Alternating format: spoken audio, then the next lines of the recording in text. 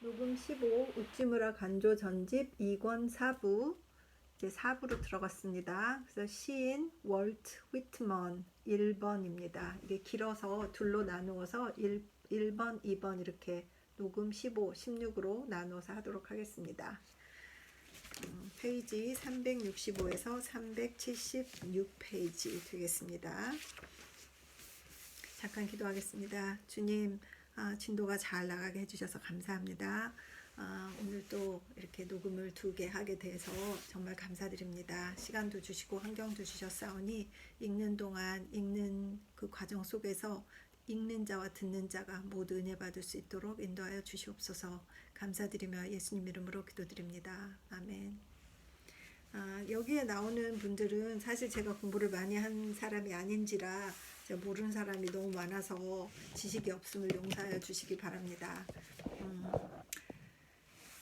어쨌든 이 우찌무라 선생님을 통해서 많은 그 이름만 들었던 문학가들에 대해서 시인에 대해서 이렇게 읽을 수 있어서 참 영광이라는 그런 생각이 듭니다.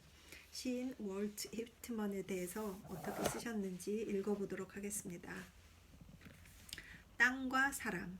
미국은 큰 나라이다. 태평양에서 대서양까지, 미시시피 강 근처에서부터 그 하구까지, 미시시피 강 근원에서부터 그 하구까지 넓이 300만 평방마일, 그 가운데서 세계 최대의 평야가 있다. 최대의 강이 있고 최대의 호수가 있고 그 최대의 폭포가 있다. 그 밖에 최대라고 부를 만한 것들이 적지 않게 있다. 미국은 여러 가지 점에서 세계 최대의 나라이다. 만약 땅과 마찬가지로 사람이 있다면 미국은 큰 인물을 낳을 만한 나라이다. 나이아가라 폭포가 사람이 되어서 울려 퍼지는 인물, 미시시피 강물이 사람이 되어 흘러내리는 인물, 로키산처럼 높은 인물, 체사피크만처럼 깊은 인물을 낳아야 한다. 그래서 미국은 오늘까지의 그 짧은 역사에서 많은 세계적 인물을 낳았다. 정치가로서는 워싱턴, 제퍼슨, 프랭클린, 링컨, 종교가로서는 조나단 에드워즈, 문인으로서는 에머슨, 소로우. 이분들은 모두 세계에서 인류 인물이다. 미국이 세계를 향하여 자랑할 만한 것은 양돈이 아니다. 동철과 선철이 아니다. 거미줄과 같은 철도도 아니다. 거기서 태어난 인물이다. 그들에 의하여 제창된 자유다. 그들에 의하여 시행된 인도다. 일찍이 카알라일이 말한 것처럼 영국 사람이 자랑할 만한 것은 영토인 인도가 아니라 그들이 소유한 세익스피어의 작품이듯이 미국이 자랑할 만한 것은 필리핀 군도가 아니라 에머슨의 전집이며 조나단 에즈워드의 신학론이다. 미국의 위대성은 그 풍요한 논밭에 있지 않고 공평무사한 정치가에 있다. 그 위대한 문인에 있다. 하나님과 깊이 교제하는 종교가에게 있다. 만약 그들이 없다면 펜실베니아 탄광이 무슨 소용이 있겠는가? 네바다의 금광이 무슨 소용이 있겠는가? 텍사스의 논밭이 무슨 소용이 있겠는가? 캘리포니아의 과수원이 다 무슨 소용이 있겠는가? 미네소타의 보리밭이 다 무슨 소용이 있겠는가? 우리는 미국이 낳은 인물이 부럽다. 워싱턴시의 금고에 쌓인 녹슨 금과 은이 부럽지 않다. 전자는 영원한 보배요, 후자는 티끌과 분토에 불과하다. 현대의 미국인. 그런데 아쉬운 것은 현대의 미국 사람은 전대의 미국 사람과 같지 않다. 그들은 지금 천부의 부에 삼키워지고 있다. 그렇다. 그들의 다수는 벌써 이미 삼키워 버린 바가 되었다. 그들은 지금 하나님과 자유를 추구하지 않고 흙과 금을 추구하고 있다. 그들은 지금 하늘에 보물을 쌓으려 하지 않고 땅에서 커지려고 한다. 그들의 이성적 인물은 순전히 땅에 속한 인간이다. 참 1890년대도 이랬으니 지금 트럼프 대통령이 저렇게 하는 걸 보면 우찌무라 간조 선생님 뭐라고 했을까요? 콩크르드의 철인이 아니고 신문왕 허스트다. 석유왕 록펠러다. 정치가로서는 자유의 전사인 제퍼슨과 같은 사람을 환영하지 않고 정치적인 사람 루즈벨트 같은 사람을 숭앙한다. 종교가로서는 그들은 조나단 에즈워드 같은 고상한 사람을 숭상하지 않고 종교계의 성공자를 소중히 여긴다. 주의는 지금 미국에서 사라져가고 있다. 노래는 그치고 이상은 자취를 감추어 버렸다. 지금 미국에 울려 퍼지고 있는 것은 월드 호반에 나타난 문인 소로의 자연의 소리가 아니라 제조 공장의 망치 소리이다. 환전상의 화폐 소리다. Does it pay? 수지가 맞느냐라고. 이것이 지금 거의 모든 미국인이 무슨 일에 있어서나 묻는 질문이다. 모든 일이 방법으로 바뀌고 모든 일이 회계사의 손에 넘겨지고 있다. 정치는 물론 사상도 미술도 그렇다.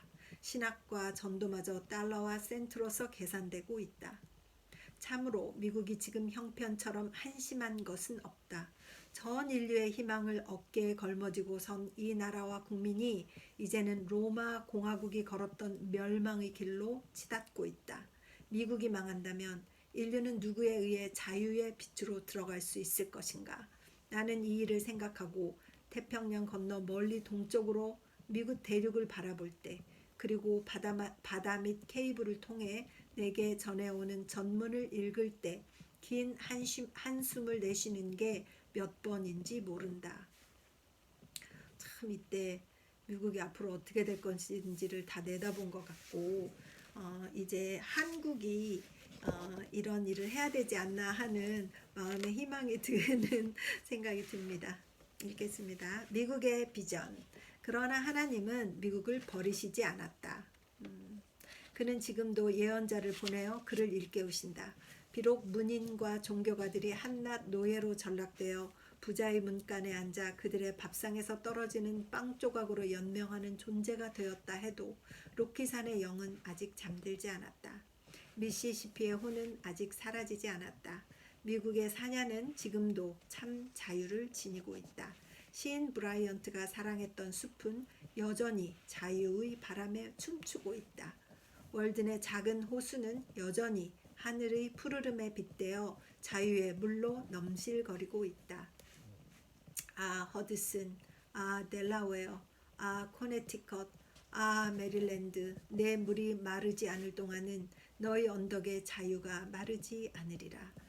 시인 휘티어와 브라이언트를 일으킨 것으로 멈추지 말라. 너희 미국을 구하라. 그리고 미국으로 하여금 전 세계를 구하게 하라.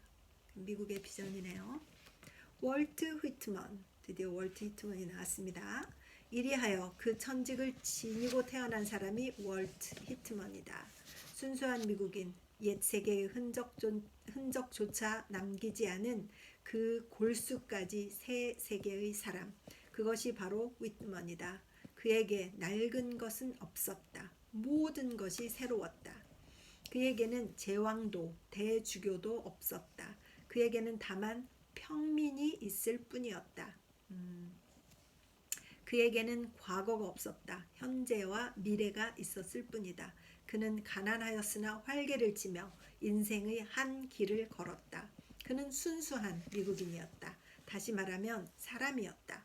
훈장도 계급도 아무것도 없는, 그리고 받으려고 하지도 않는, 아니 오히려 그런 것을 멸시한 아담의 아들 한 사람이었다.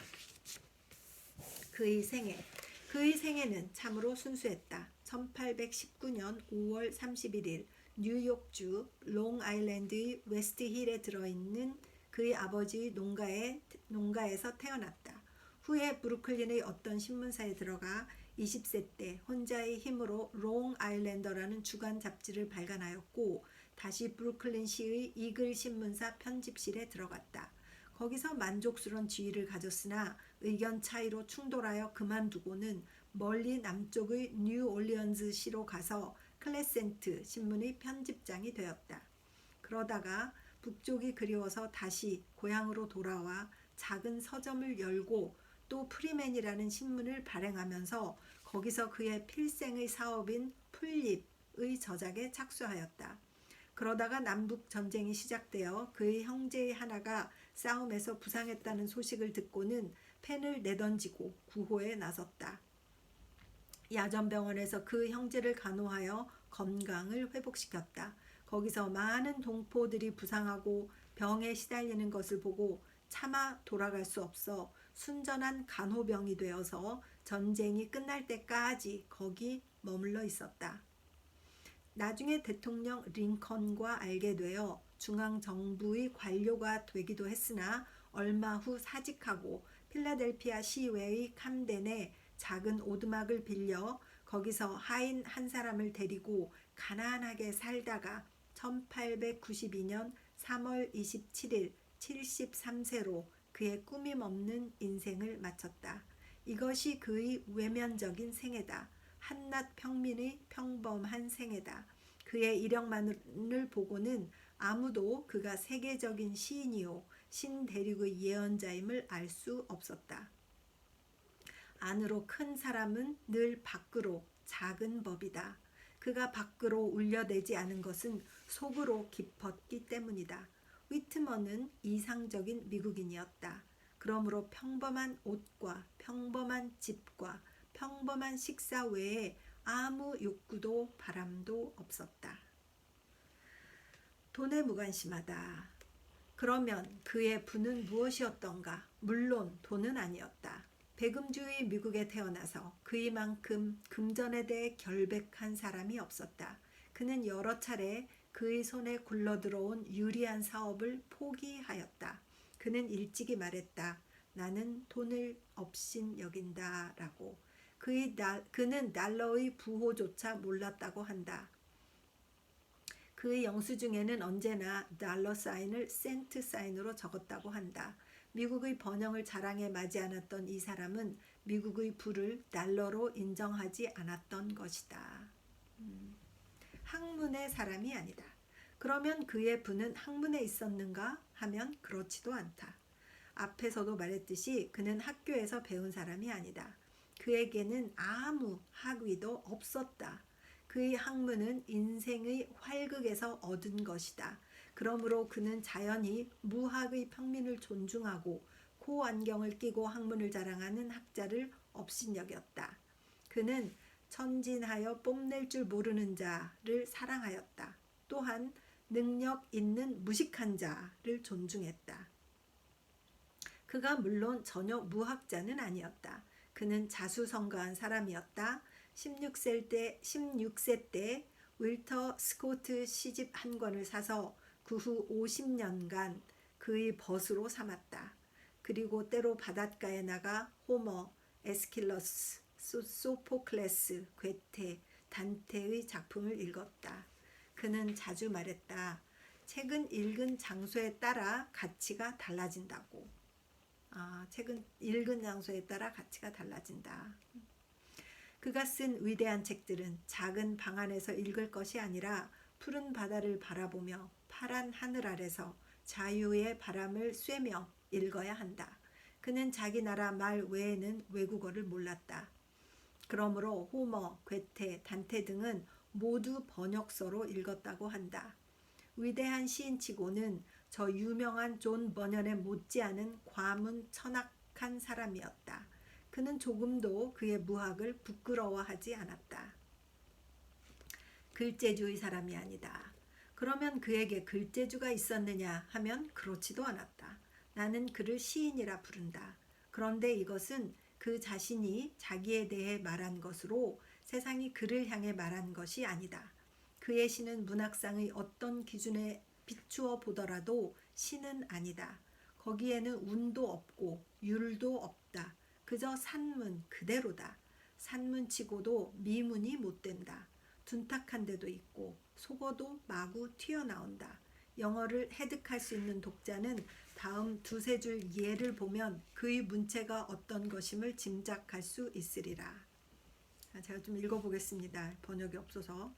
I celebrate myself and sing myself, and what I assume you shall assume, for every atom belongs to me as good belongs to you. Walt Whitman, A Cosmos, A Manhattan Sun. Turbulent flesh, sensual eating, drinking, and breathing. No sentimentalist, no standard above men and women or apart from them, no more modest than immodest. O my brave soul, O farther, farther sail, O daring joy, but safe. Are they not all the seas of God? O farther, farther, farther sail. 이것도 시라면 시이다. 그러나 보통 의미로는 도저히 시일 수 없다. 시인 콜리지의 정의에 의하면 시란 가장 아름다운 시상을 가장 아름다운 말로 나타낸 것이다 라고 하였는데, 휘트먼의 시는 그 사상은 별 문제로 하고 그 말은 결코 아름다운 말이 아니다. 그러므로 시인 스윈번 같은 사람은 그를 평하여 말하였다. 시궁창에서 뒹구는 만취한 여자와 같다고. 직업적 시인의 눈에는 아마 이렇게 보였을 것이다. 그러나 세상의 문인과 비평가를 안중에 두지 않았던 휘트먼은 그런 비평에 아랑곳하지 않았다. 그는 나는 시인이다 라고 단언하였다. 그리하여 그는 시로서 세상을 교화시키려 하였다. 큰 이상을 지닌 시인. 그러면 그의 부는 어디에 있었는가? 그것은 정직하고 깨끗한 마음에서 우러난 이상에 있었다. 그는 시인의 천직을 노래하여 말했다. 큰 이상, 아, 내 형제여, 큰 이상이야말로 시인의 천직이라네. 이상에 관한 한 그는 참으로 풍부하였다. 내가 보는 바로는 이 점에 있어서 그는 확실히 내가 아는 어떤 시인도 감히 따를 수 없다. 워즈워드도 브라이언트도 미치지 못한다. 단테, 괴테라도 그처럼 풍부하지는 못하다고 생각한다. 휘트먼의 일생은 하나의 큰 사상이다. 이것을 느린다면 한 장편 소설을 구성할 수가 있다. 그의 시 주제. 여기서 그의 저작을 다 이야기할 수는 없다. 그러나 그것이 어떤 것이었는지는 그의 시 주제를 보아 알 수 있다. 풀잎은 그가 그의 시집 전체에 붙인 제목이다. 그 속에 몇 개의 부문이 있다. 첫째는 자기를 노래합니다. 둘째는 남녀 양성의 노래다. 그 밖에 전쟁의 노래가 있다. 그리고 그 각 부문에 몇 개의 단편과 장편이 있는데 대개는 시제가 따로 있지 않고 그 첫 마디의 구를 제목으로 삼고 있다. 평민국의 노래의 하나를 푸른 온태리오의 강 언덕에서 라고 한다. 이것이 그 첫 마디이다. 죽음의 노래 가운데 에이브러함 링컨의 죽음을 애도한 노래가 있다. 그의 작품 중 가장 아름다운 것 중에 하나이다. 뭐라고 써있냐면 When lilac last in the dooryard bloomed. 그래서 라일락이 마지막으로 문 앞들에 피었을 때. 이것이 이 명시의 제목이다. 제목이 기발하고 작품이 평범한 것이 평범한 시인의 경우다.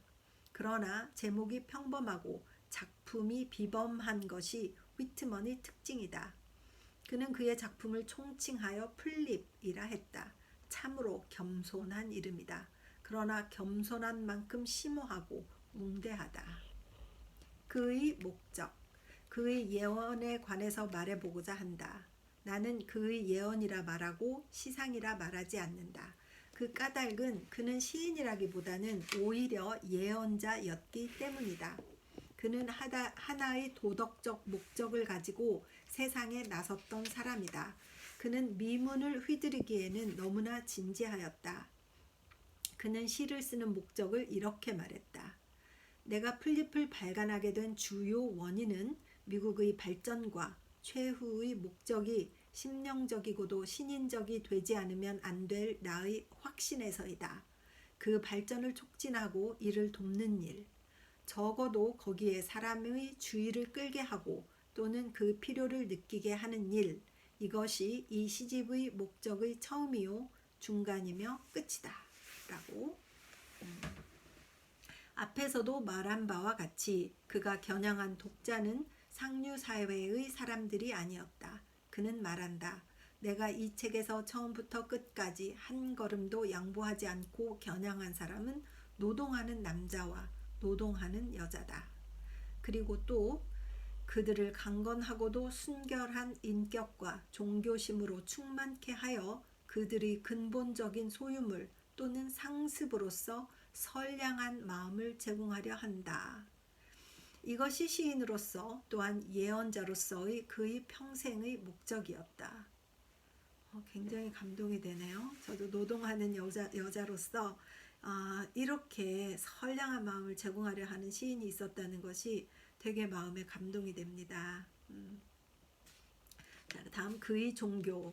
먼저 그의 종교에 관해서 얘기해보자. 사람에게는 반드시 종교가 있어야 한다.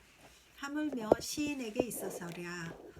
월트 휘트먼에게도 종교가 있었다. 어떤 종교였을까? 그는 세상에서 말하는 소위 기독교 신자는 아니었다. 그는 가끔 명언했다. 나는 정통파 신자는 아니다.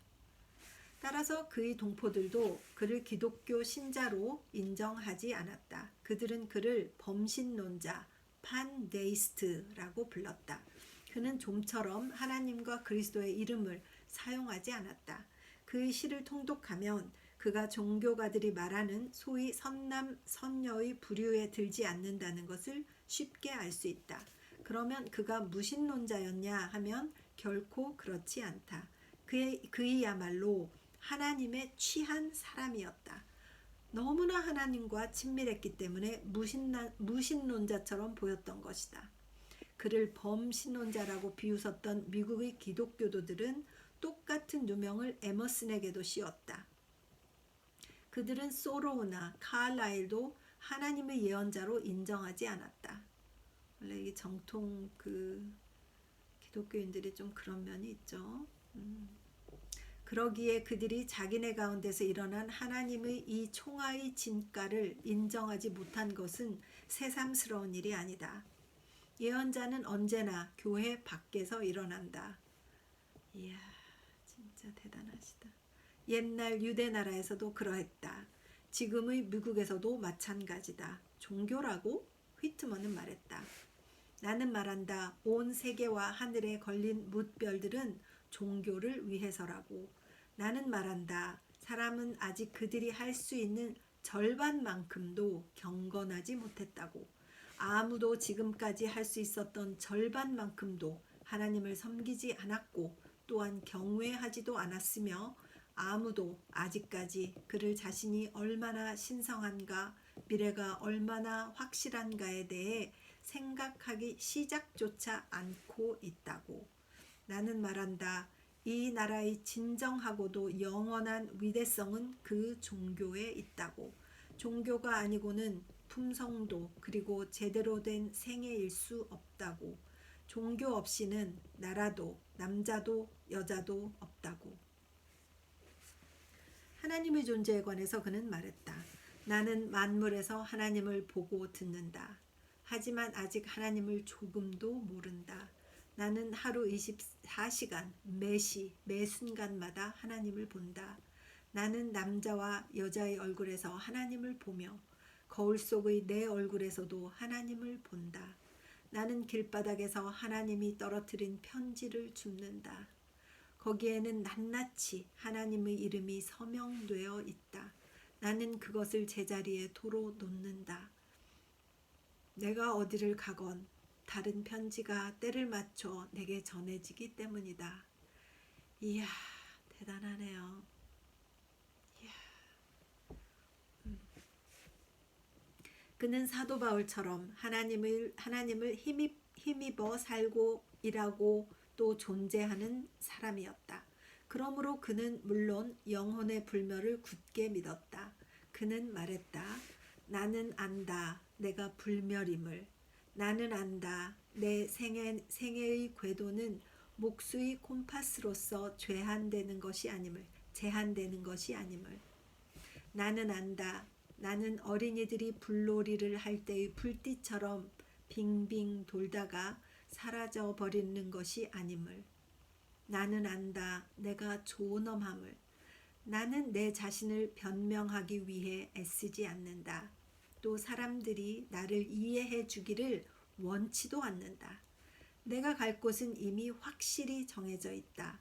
주님은 거기 계시며 내가 그와 동등한 권리를 가지고 그에게로 올 때까지 나를 기다리신다. 위대한 벗, 내가 사모해 마지 않는 진실한 애인은 거기 있다. 시인 월트 위트먼 대단하십니다. 영혼의 불멸과 하나님의 사랑에 관해서 이보다 힘차게 말할 수는 없다. 이같이 확실한 말을 할 수 있는 자가 기독교 안에서 좀처럼 나타나지 않는다. 이것은 이론이 아니라 체험이다. 체험에 머물지 않고 확신이다. 세상에는 교회의 대주교, 큰 신학자면서 이 확신의 절반도 갖지 못한 사람이 수두룩하다. 맞습니다. 자, 여기까지 시인 월트 휘트먼 1번이고 이게 길어서 그냥 제가 페이지로 둘로 나누어서 다음 녹음 16번에는 2부 그 다음부터 읽도록 하겠습니다. 읽으면서 제가 너무 감동을 받아서 혀가 꼬인 것을 이해해 주시기 바랍니다. 시인 월트 휘트먼 정말 너무 멋있는 분인 것 같습니다. 잠깐 기도하겠습니다. 밖에 지금 그 사람들이 좀 왔다 갔다 하고 고양이가 왔다 갔다 해서 제가 좀 약간 디스트랙트 된 것을 용서해 주십시오. 주님 은혜를 감사합니다. 잘 알지 못했는데 시인 월트 윗먼이라는 분이 이렇게까지 제 마음에 감동을 주네요. 이 말씀을 읽게 해주셔서 정말 감사드립니다. 우리가 살면서 내가 불멸임을, 내가 하나님의 고귀한 자녀임을, 내가 하나님 그 안에서 살고 있음을 늘 깨닫고 주님께 영광 돌리며 감사함으로 이 인생을 즐기며 먹고 마시고 정말 행복하게 살 수 있도록 인도하여 주시옵소서.